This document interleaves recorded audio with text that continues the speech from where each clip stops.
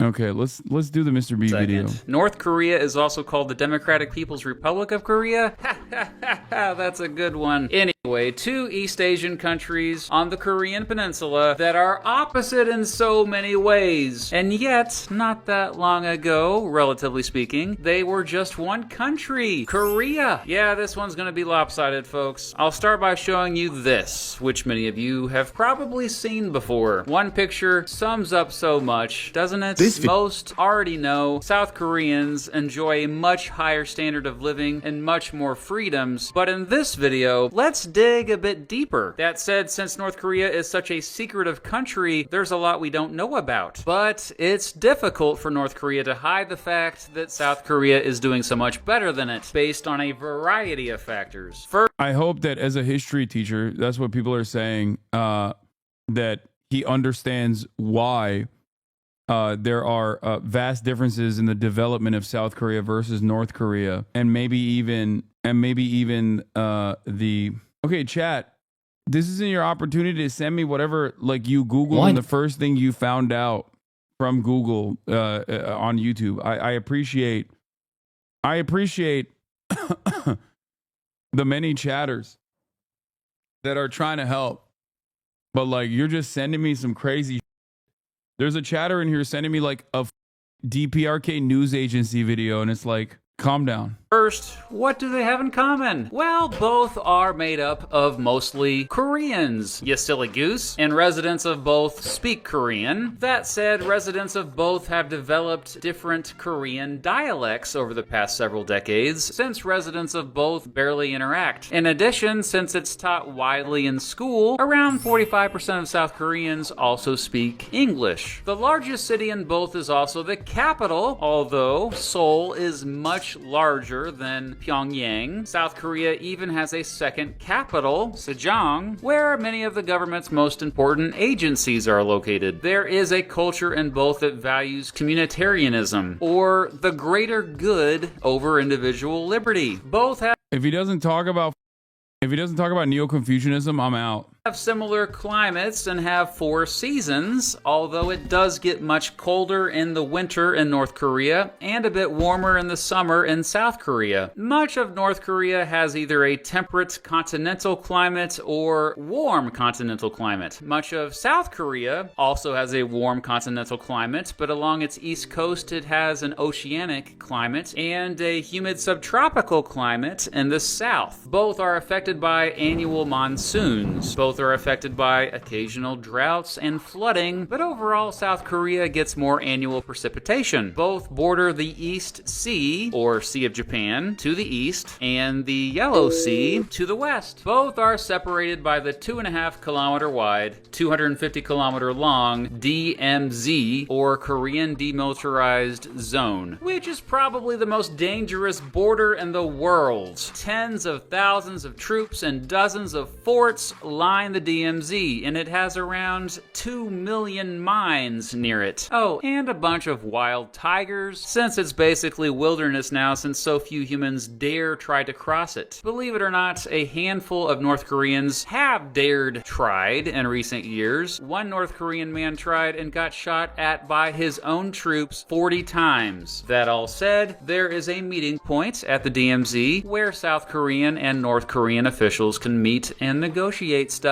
It's called the Joint Security Area, and it's actually a place where tourists can visit too. It's the only place where North Korean and South Korean soldiers can stand side by side. So anyway, why the heck is the DMZ such a heavily guarded border? Well, I suppose we ought to get into some history here. Okay, a very brief history. Humans have lived on the Korean peninsula for at least 10,000 years. Around 4,500 years ago, these humans developed kingdoms in the area. There was the Proto Three Kingdoms period. He went back too far.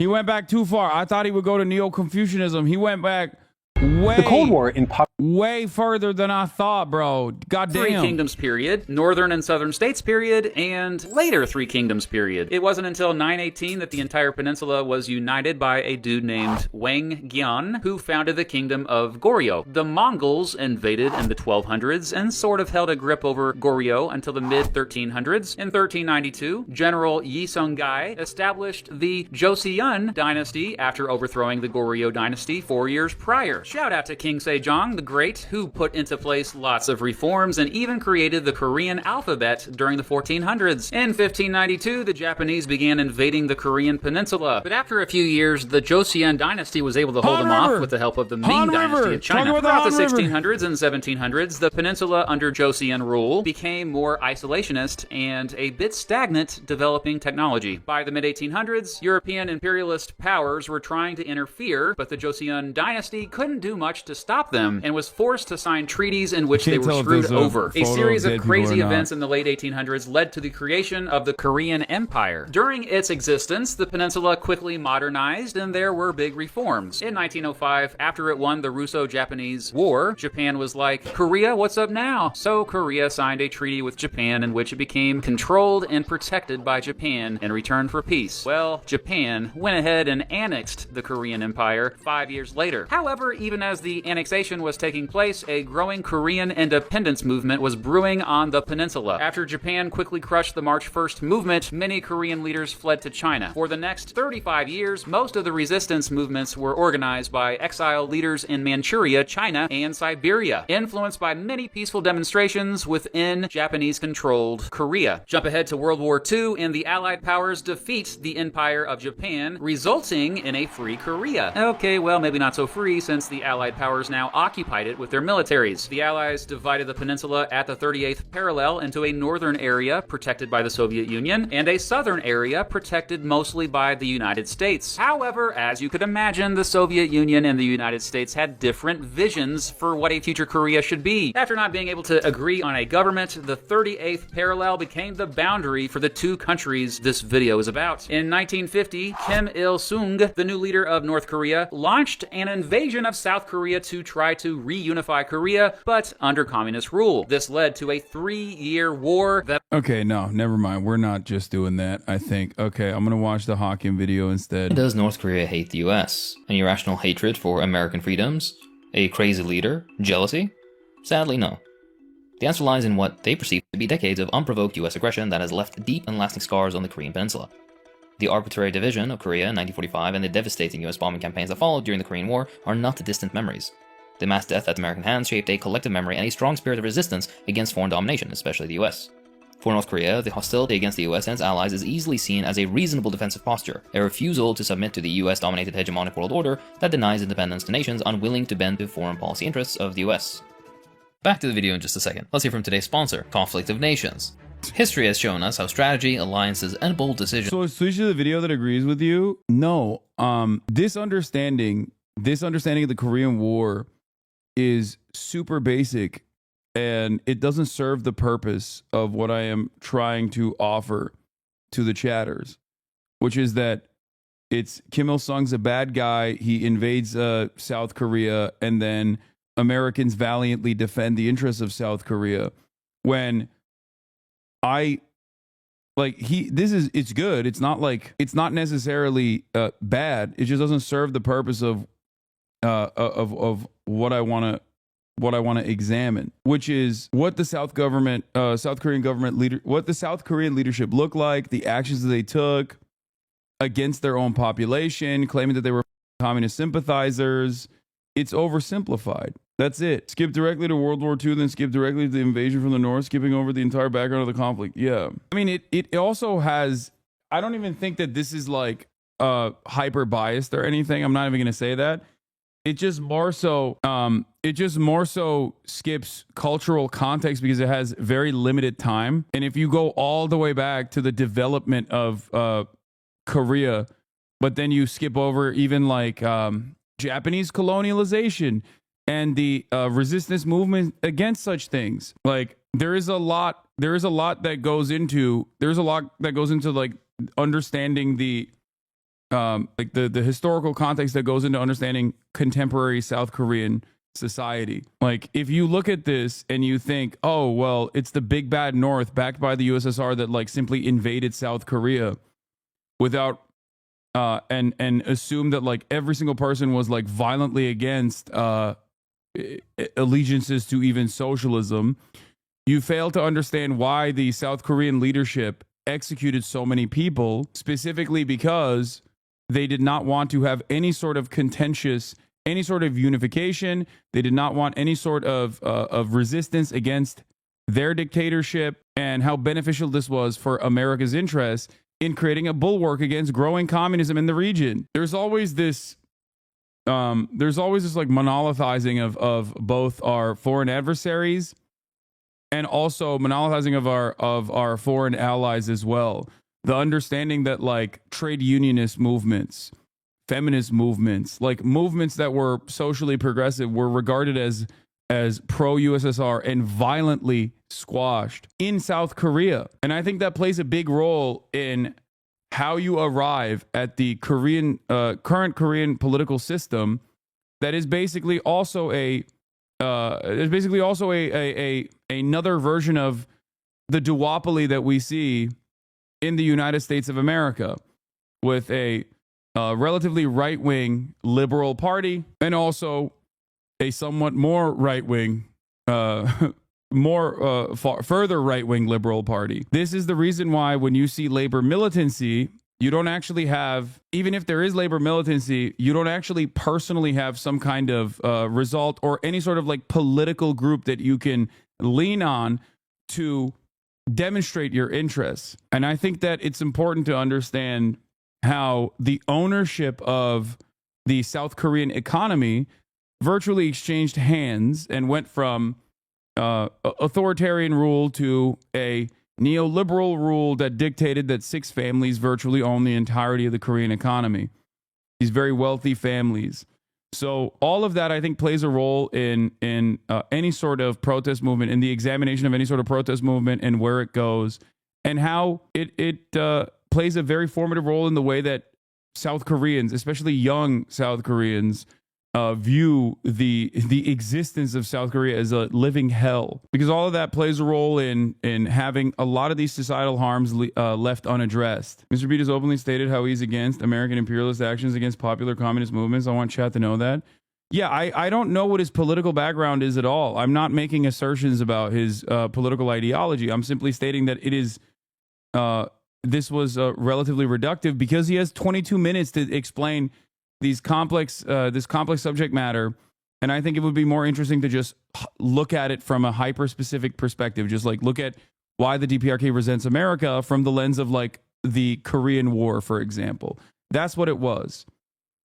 That's the reason why I was gonna click away from it. Not because I have any issues with Mr. Beat whatsoever. That ultimately resulted in the deaths of around 5 million people, including a larger proportional civilian death toll than World War II. The war was indeed devastating and displaced millions of Koreans. The Soviet Union and China aided North Korea, and the United States and several other United Nations countries aided South Korea. It ended basically in a stalemate with an armistice and that DMZ I was talking about earlier. Technically speaking, the Korean War never ended, and I can tell you, even though the armistice was signed 68 years ago, the war is still fresh in the minds of both North Koreans and South Koreans. For the first few decades after the war ended, both countries had authoritarian regimes. However, in South Korea, the people ultimately didn't put up with it. Until the 1980s, South Korea had much political turmoil and instability. However, since 1987, I know it's the wrong video. I went back to it. I wanna show you this. June democracy movement, South Korea has had a competitive electoral system and a fairly stable government. North Korea has had a stable government since the war, but has successfully kept the authoritarianism. Meanwhile, economically, both countries did fairly well in the decades following the war. South Korea liberalized its economy, becoming more market-based, and for 40 years saw huge economic growth. In fact, some even called it the miracle on the Han River. Both were admitted into the United Nations in 1991. But it was around that time that things went to crap for North Korea. After the Soviet Union collapsed, they lost a bunch of aid, and their economy sharply declined. And a massive embargo that continuously starved the North Korean population. A lot of people don't know that, Yeah, I mean, there's so many aspects of this that are not mentioned. Like, North Korea was a industrial powerhouse for Korea overall, and that North Korea was virtually destroyed. I believe, what is it, like 70% of all standing 70% of all standing civilian infrastructure was destroyed. The American bombing campaigns, and even the American bombing campaigns, and even the potential chemical weapons, chemical warfare, biological warfare that they engaged in, with all of the information that they had gotten from Japanese war criminals that they did not prosecute, so that they could get this information, specifically the research that was taken from the Japanese imperial actions in Manchuria and many other places. Unit 731 was utilized in North Korea in the hands of the American military and also all of the other allied nations. And in spite of that, North Korean development early on was pretty good early on. But a lot of Americans and a lot of people just generally don't know that, partially because of how diminished voices that are in the crosshairs of American empire are, but also partially because, I mean, they were in the orbit of the USSR, and mainstream media at the time was infinitely more centralized, and most people don't know that. Most significantly, however, everything that you know about North Korea is the post-famine North Korea. Okay? In the aftermath of the USSR collapsing, America was the victor of the Cold War. Capitalism won. Socialism lost. Okay? For many different reasons. I'm not going to get into it now. But most people only know North Korea as like the post-90s North Korea, when the massive embargoes placed upon North Korea only made things infinitely worse in terms of the widespread famine that they were experiencing. So much starvation, mass deaths. The Korean War wasn't the only blow against the Korean population. It wasn't the only genocidal action that American empire took against the Democratic People's Republic of Korea. Having said all of that, I am not a based DPRK Jusha supporter, or say that what do you call it, or say things like people are eating burger every day in North Korea or anything like that. Okay, I am not confused about having the family lineage get passed down. Like, I know what that is. That's not democracy. Okay, that is not the Democratic People's Republic. You can't.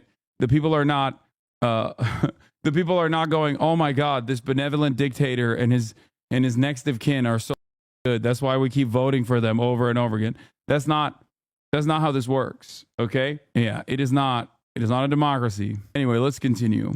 Just as South Korea's economy dramatically improved. In the 1990s, North Korea experienced floods and droughts. This, combined with no longer importing food from the Soviet Union, ultimately led to what became known as the North Korean famine. Some estimate up to 600,000 North Koreans died. North Korea has since somewhat recovered, but yeah, I'm hoping you realize already why these two countries are so... No, their recovery has been pretty solid over all things considered. If you're rating it on a curve, just like Cuba, you have to look at like what their starting position is and what they have arrived at this point.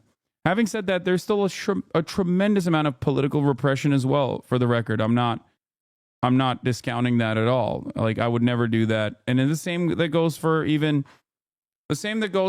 like Chinese civil liberties. When we talk about China, many people say, Hasan, you're refusing to recognize many of the countries that find themselves outside of the sphere of American influence engage in certain levels of social and political repression. Part of that is defensive posture that even the likes of America has exhibited time and time again in times of war. America has also done that when it's not directly in hot war, but during the Cold War. Part of that is the reason why so many people have the wrong opinion or are completely oblivious to the nature of Marxism, Marxist-Leninism, socialism, or any kind of anti-capitalist sentiment. It's the Red Scare. It's McCarthyist trials. It's blackballing and sometimes even imprisoning socialists and communists alike. Okay, that is social and political repression utilized by the American state. Social and political repression utilized by the American state during World War II was infinitely worse. As a matter of fact, if you recall, we put up internment camps for every member that was a Japanese American. Okay, it doesn't get more social and political repression than that. Okay, and that was in a dark period of American history, seen as necessary repression during times of war. It was shameful. It was unimaginably racist. I don't think we've ever actually reckoned with that at all. But just so you understand, governments, all governments, this is not like pro or anti-American, it's not pro or anti-China or pro or anti-Cuba. All governments in times of need see political repression as a tool, as a necessary defense. In the instance of a country like Cuba that has withstood endless cruelty in the hands of American empire for the crime of rising up and revolting against America's aligned dictatorship, okay? A dictatorship that we offered weapons to so they could continue slaughtering Koreans because it was beneficial for us to have Cuba as a tourist destination for the mob and also a place where there are sugar plantations.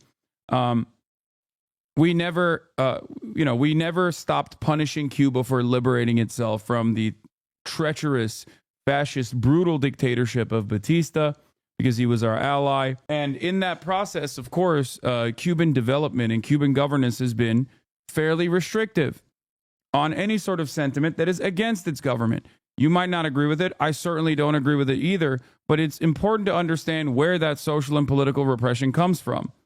Okay? It is impossible for an American to ever comprehend an infinitely larger country with awesome power, with the largest military on the planet, dominating its existence from the moment of revolution. It would be akin to the English Empire, British Empire, basically dominating America, being on the ass cheeks of America, and dominating America endlessly for the crime of having the American Revolution, okay? And never giving that up. There is a reason for Cuban social and political repression.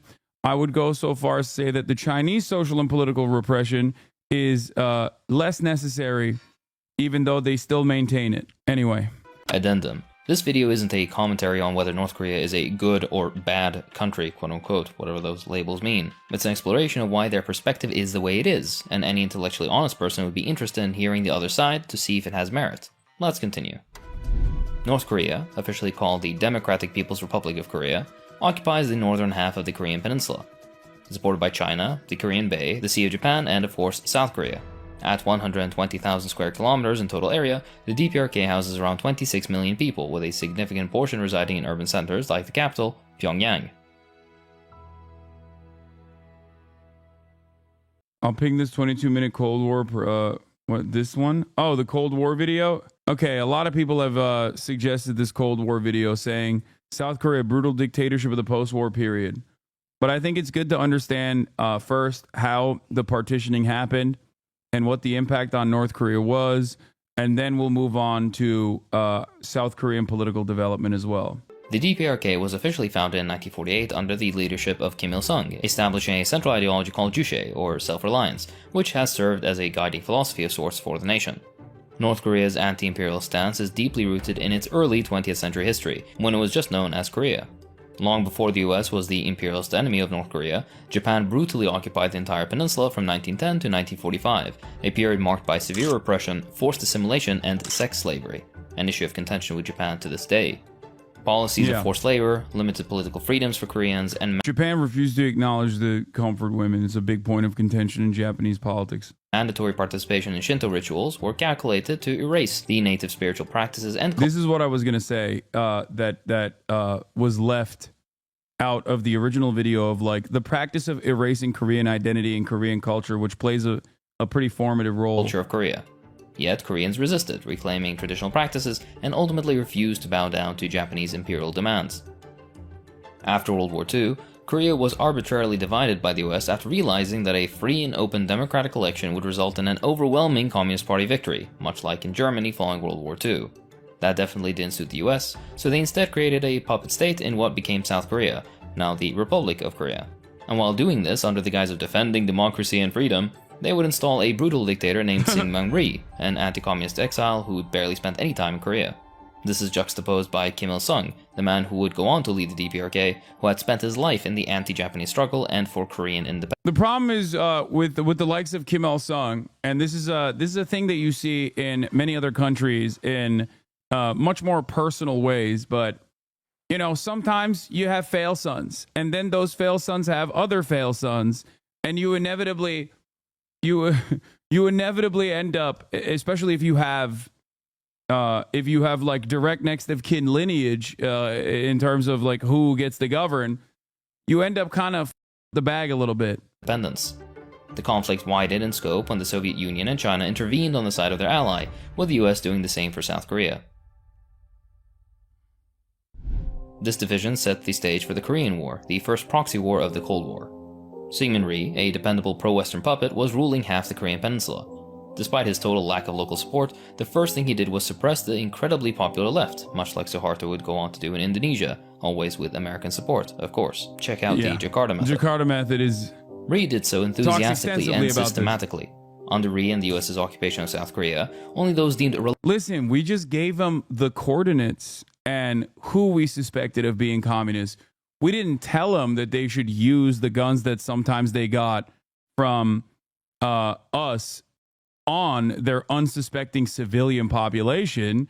How could we have known that they would slaughter millions of people? How could we have known that? We simply gave them lists of names of suspected communists. Who could have thought that they would end up slaughtering every single person, of suspected communist allegiances? And this doesn't mean that they were slaughtering card-carrying communists that were trying to engage in militancy, okay? They were slaughtering motherfuckers who were like, yeah, I think women and men should be equal. They were slaughtering people. Many of them were involved in student protests and student organizing. They were slaughtering people who wanted to engage in any sort of like pro-democracy initiative, for example. So a lot of this stuff doesn't stop with, and I obviously personally would consider it ridiculous and inhumane to just go and be like, oh yeah, you're suspected as a communist, or you're a card-carrying communist, so you deserve execution. Okay, I don't think that is appropriate either. But it didn't even go, it went far beyond that. They would just kill intellectuals. They would kill people for the crime of saying like, yeah, I don't know if we should do this. It never stops with just the communists. So even if you are some doughy-eyed social democrat who's like, well, I don't know, maybe some of these communists deserve it, just remember that like they killed the social democrats as well. This is how it usually works. They do not want any sort of opposition whatsoever. Yeah, teachers and unions with no official political ideology were sexually harassed by guards and brutalized. Some were minors. Reliable or loyal, by American standards, had any place in Korean politics. By 1946, the US military dictatorship in South Korea had filled all of its government positions with right-wing elites to the exclusion of popular worker and peasant movements. And by exclusion, I mean by imprisoning their leaders, pushing them underground, or just outright killing them. This violent suppression led to the isolation of all opposition, and left a single party to rule the South. But any democracy was just for show, since liberals love political theater, and the US wanted to play dress-up with political legitimacy. Despite this, many South Koreans continued to support socialist ideals and continued to be imprisoned for it. Meanwhile, in the North, reforms that were begun prior to American intervention were happening fast. Within months, North Korea abolished landlords, redistributed land, and nationalized industries, exactly the kind of necessary overhaul that had long been called for by Koreans for a liberated Korea. It is and was a formula that actually works to end poverty for the widest base of society. Unlike the violent repression in the South, the North's transformation was quick and efficient, creating a government aligned with local aspirations rooted in Korean culture. And like clockwork, anytime the US sees a project not aligned with its interests take root and begin to bear fruit, it tries to cut it down and turn it into wood chips. Here enters the Korean War, where over the next few years, American forces dropped an estimated 635,000 tons of bombs across Korea, with the majority of that hitting the north, including 32,000 tons of napalm. More bombs hit Korea than Japan in World War II, which is quite a feat. The core history of the conflict is complicated, and who begun the war with what actions depends on which action you consider critical for sparking the conflict. Watch the following video for further detail, or check out the fantastic work Patriots, Traitors, and Empires, The Story of Korea's Struggle for Freedom by Goans for a deeper dive. Anyway, the goal was obvious: to destroy North Korea's industrial capacity and to break the will of its people. Cities like Pyongyang were leveled to the point that civilians had to take refuge in caves to survive the onslaught. In fact, the total amount of destruction rendered practically every city of the north completely flattened. I made a video that covered this in further detail here. By 1952, North Korea was left in ruins. Bombings destroyed crucial infrastructure, creating massive shortages in food, housing, and basic supplies. Entire communities survived in caves, shanties, or improvised shelters. The destruction of hydroelectric dams led to widespread flooding, crippling agriculture even further. Fertilizer factories were among the many targeted, contributing to an agricultural crisis that left North Korea on the brink of famine. The toll from this collection of circumstances was utterly devastating. Approximately 2 million North Koreans had died, most of them civilians who fell victim to US bombs and starvation, in just a few short years. These strategic bombings weren't just meant to win a war. They were intended to systematically dismantle North Korea's ability to survive independently. As a result of this extensive bombing and napalming, only a small percentage of North Korea's agricultural land remains arable today. The 1953 armistice only ended active military combat, but it left the peninsula in limbo. South Korea refused to sign the armistice, but had other agreements with the US that They wanted to nuke Korea as well, for the record, in the process. halted their active military operations. This was also considered formative for the Dahia Doctrine as well. I think Hakim in his video, it might have been Hakim or someone else that we watched that talked about how, like, prior American military doctrine led the Israeli military in applying the Dahia Doctrine into the way that they wage war, where it's like, it doesn't matter if it's a small group of people, it doesn't matter if there's any sort of like militant uprising.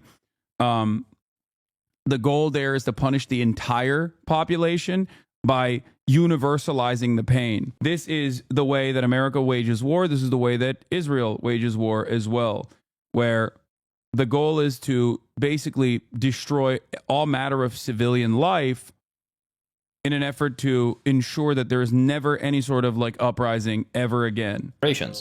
The US later signed a mutual defense treaty with its loyal puppet South Korea, committing to a permanent military presence along the fortified 38th parallel, which remains one of the most militarized borders in the world today. The ongoing US presence has only deepened the divide. For North Koreans, the memory of the US invasion and the destruction it caused is an integral part of their identity. The systematic devastation of neighborhoods, infrastructure, and food supplies has been ingrained in North Korean consciousness as a proof of American aggression. That's not forgetting the 10 to 20% of the population that was killed as a result. Understanding this context is crucial. It's why North Korea sees the US as a central obstacle to peace, independence, and unification on the Korean peninsula. And they happen to be correct about that point. The Korean War is only the beginning of the story. The United States went further and has waged a decades-long economic war that's made it increasingly difficult for the people living in North Korea to survive. One of the primary tools America uses to get their way is sanctions. These economic blockades are designed to cripple a nation, isolate it from the world, and bring about conditions of change favorable to American foreign policy, all while framing the oppression as a morally justified response to rogue behavior. We have heard that 500,000 children have died. I mean, that's more children than died in Hiroshima. And you know, is the price worth it? I think this is a very hard choice, but we think the price is worth it. And all of this happens without any reflection that, at a certain point, sanctions just become collective punishment which should be against international law and is technically a war crime. This is especially true when it comes to US sanctions on North Korea.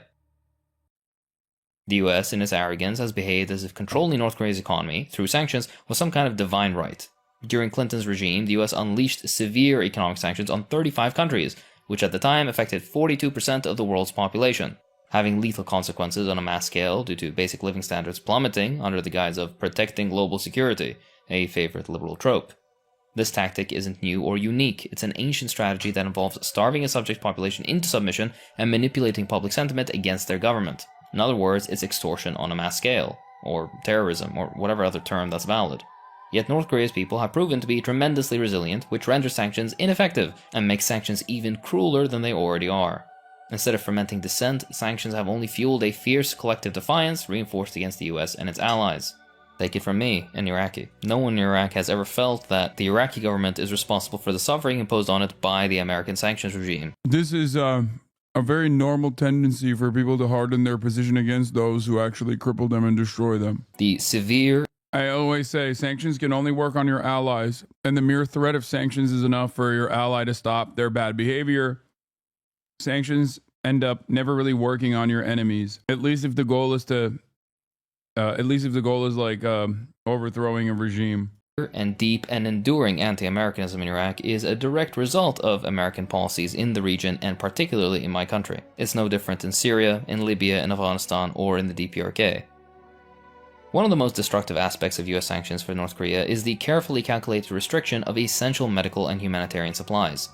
For example, under the 2017 sanctions, any metal products were broadly prohibited, which meant that medical shipments that included essential sterilization tools, like aluminum steam sterilizers used in reproductive health kits and surgical instruments, were effectively not allowed entry into the DPRK.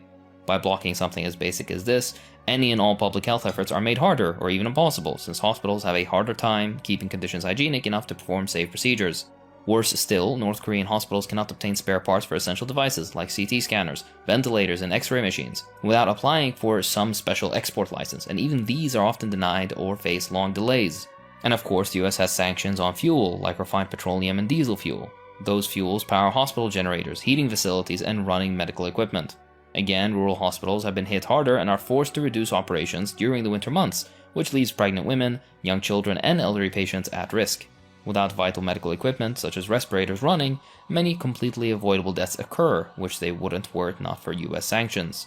Despite Someone said, why couldn't they get this from the USSR? Dog, what do they have, time machines? It fell. At this point, America won. They used to. It's kind of a big part of this conversation, is that they used to. It's just that it no longer exists at this point.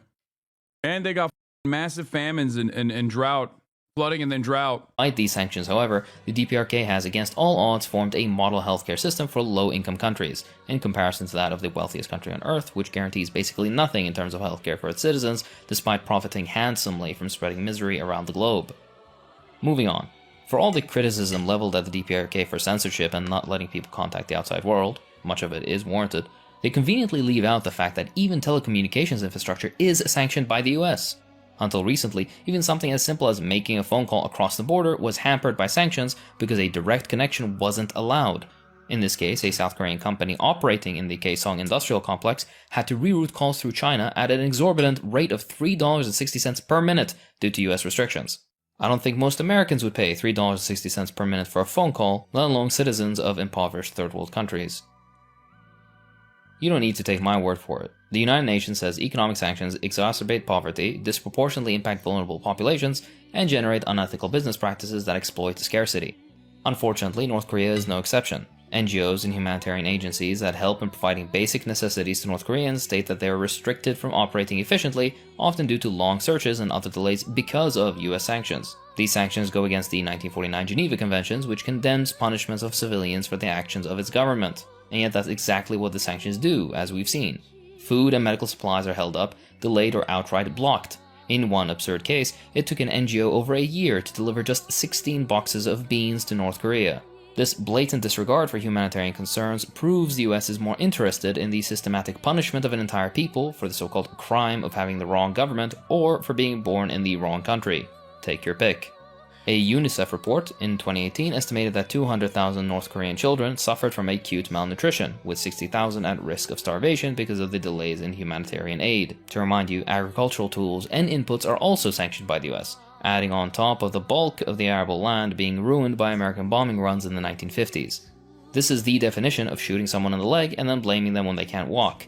The fact that this suffering is largely ignored by... There's also a limited amount of arable land in every country to begin with, okay? That's the reason why you do trade. And if you're completely blocked out of all semblance of trade from the rest of the planet because of the largest imperial force on the planet, then yeah, you're cooked. What are you supposed to do? Eat rocks? It's very up. by the international community, never called out for being the crime that it is, only strengthens the DPRK's case and perspective against the US, as they witness firsthand the human cost of these cruel and pointless sanctions. If anyone truly cared about human rights in the DPRK, they'd immediately call for the lifting of economic sanctions. Sanctions on North Korea don't just target the government, I think that's clear. They seep into every layer of society and erode the living standards of ordinary citizens. In fact, that is the stated goal of many of the sanctions. For example, the textile industry is one of North Korea's main sources of employment and has been hit very hard by sanctions.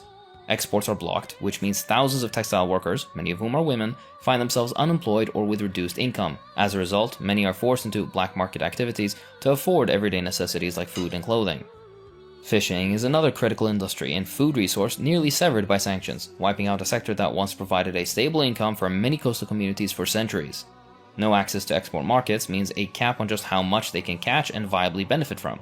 This destabilizes local economies along the coast, along with all downstream industries such as fish processors, transporters, and vendors who rely on fishing industry for their livelihood. Other fuels and metals, like coal and iron ore, North Korea's primary exports, have also felt the wrath of sanctions. In 2018, China's imports of North Korean coal dropped by 88% due to international sanctions, which stripped North Korea of a major and badly needed source of income. By now, you should know the pattern. The US sanctions a commodity, the decline in business forces closures of production facilities, and all downstream production is similarly affected. That's the same story with coal mines and associated facilities, which resulted in more unemployment and further impoverished communities. These are not luxury industries or military projects. They are, or were, the backbone of North Korea's civilian economy. Without access to global markets, North Koreans are forced to use black markets, where prices for things even as basic as food can be prohibitively expensive. And to wrap up, let's stay on the employment issue. The labor market is severely restricted as a result of what was said previously, but also because of sanctions that take away access to joint employment opportunities. In essence, you can't invest in North Korea. An example of this trend is the shutdown of the Kaesong Industrial Complex. It was a large joint North-South facility that employed over 50,000 North Koreans and a symbol of friendship between the South and the North. The shutdown, because of sanctions, resulted in these 50,000 North Koreans being under or unemployed. These are nefarious policies aimed at maximizing misery for the interests of American capital. The United States has likewise kept a military stranglehold on the Korean Peninsula for decades, with roughly 28,000 troops stationed at a few large bases across South Korea meant to counter any potential aggression from the north. This isn't a temporary deployment, and it's extremely expensive, for South Korea, of course. The US isn't altruistic even to its allies. In a recent deal, South Korea agreed to pay over $1.1 billion, with further increases capped at 5% per year, to host the US military presence, a price pushed by the Biden administration to solidify a deal before any possible disruption from the second Trump administration. This new agreement lasts until 2030 to make absolutely sure that it survives past Trump into whatever administration follows him. For North Korea, these forces are there as a threat, obviously. It's the most technically sophisticated military on Earth and its local ally, stationed across the border against your sanctioned and small country. It can be nothing else.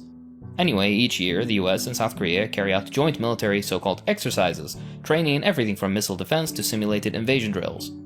One of the most extensive, Ulchi Freedom Shield, involved a combination of computer-simulated and live-fire exercises, with some 19,000 South Korean soldiers participating in drills against North Korean attack scenarios, essentially joint US-South Korean invasion exercises.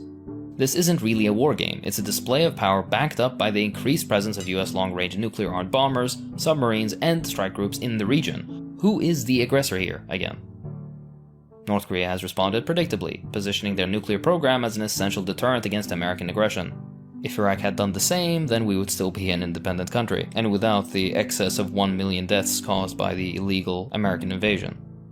Despite official US claims that regime change HasanAbi doctrine, get the nukes. isn't the objective, statements and strategies of several US regimes suggest otherwise.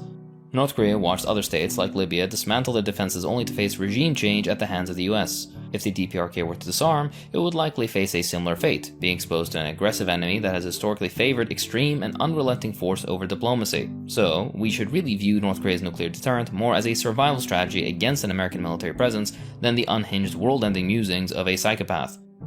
Likewise, and more importantly, they offer to stop nuclear testing entirely for a pledge Loki, if Ukraine never gave up its nukes, are going to be a dramatically different situation right now. that the US wouldn't attack. The US ignored the memo, of course.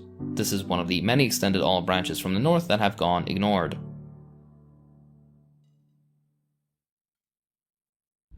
Western media's portrayal of the DPRK as a rogue state is a framing used by imperialist powers to vilify nations that defy their hegemony, and also serve as a source of circular logic that itself assumes the US wouldn't lie about something like that for political gain, despite that literally being the point.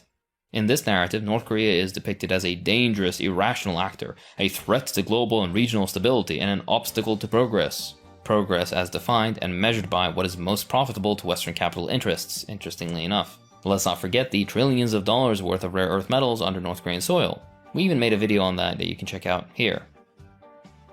Few analysts or policymakers attempt to actually understand how the DPRK perceives American aggression, preferring to push a simplistic, cartoonish, and unserious one-sided image of the nation as a villain beyond redemption. This framing is used to block or at least slow down any genuine resolution, which makes sure the crisis continues to serve US imperial interests. However, if we strip away the nonsense, North Korea is being punished because it refuses to submit to globalized exploitation by Western powers, which makes it the ultimate enemy. The DPRK is described as reclusive, backward, and isolated, but no mention is made of the sanctions which hold that end as their explicit purpose. Yet the nation persists, defying expectations of collapse, relying on defense and small concessions extracted from an international community too cowardly to defy the US. Even when the US outwardly recognizes the need for negotiation, as in the Perry report, its approach and actions still treat North Korea as inherently irrational and dangerous. This ideological project is not limited to the DPRK. Cuba, another country falsely labeled as a rogue state, and I've covered in this series here, has been resisting similar imperialist domination. Cuba is also painted as an unrepentant regime led by an irrational and dangerous group. I would say Cuba and Korea have been presented in the same vein, but I think Cuba's a little bit better. Cuba has historically been able to withstand and develop in far better ways, partially because they didn't have, I guess, the mass famine. Yeah, better climate plays a role, better agricultural outputs play a big role. They didn't get bombed into oblivion, but I'm saying, but this is post-90s, chat, because North Korea was able to recover. North Korea was able to recover after the Korean War with the help of the USSR. That's why I'm saying, like, it's a little bit different from 90s onward. Whose system must change to serve Western capital, of course. This rhetoric suggests these nations are so desperate to maintain power that they endanger their own populations and global stability, framing their survival as both an anomaly and a threat, as simultaneously weak and strong, like how fascists like to depict all their enemies. Instead of engaging with their histories, imperialist discourse reduces North Korea and Cuba to caricatures, presenting their leaders as the sole architects of their nation's problems and suffering. Be completely honest with yourself. Have you ever heard any talk about sanctions, or how they impact the average North Korean before this video, particularly in the Western press? I would bet on no. However, propaganda against the DPRK extends to more than just this. The US and its allies have also and continue to conduct direct campaigns, from propaganda leaflet bombs in the Korean War to balloons filled with anti-regime messages and US dollars sent from South Korea. Attempts at undermining the country are ceaseless. That's aside from all these silliest claims that you see shared all over, with no sources as always. For an overview of that, check out my earlier video here. For further details on defectors and why their stories so frequently fall apart, check out another video here. I think one of the funniest parts about this is that, like, there is an entire marketplace for defection, obviously, because people are fascinated by the hermit nation. But having said that, even all of the other people that have made a name for themselves in the defector orbit, some of which who literally are like, yo, this shit sucks, and then they sometimes want to go back because they don't have job opportunities in South Korea due to the same exact job market that, like, South Koreans have to withstand, but also because they additionally get profiled because they're North Korean and then sometimes leave and go back to North Korea. All of that industry in unison, virtually every single person in the defector industry turned around and said, Yami Park is out of her mind. Virtually every single person was like, yo, Yami Park, that lady is crazy. What the are you guys talking about? What a time. What a amazing time that was. One of my most vindicated long-standing criticisms.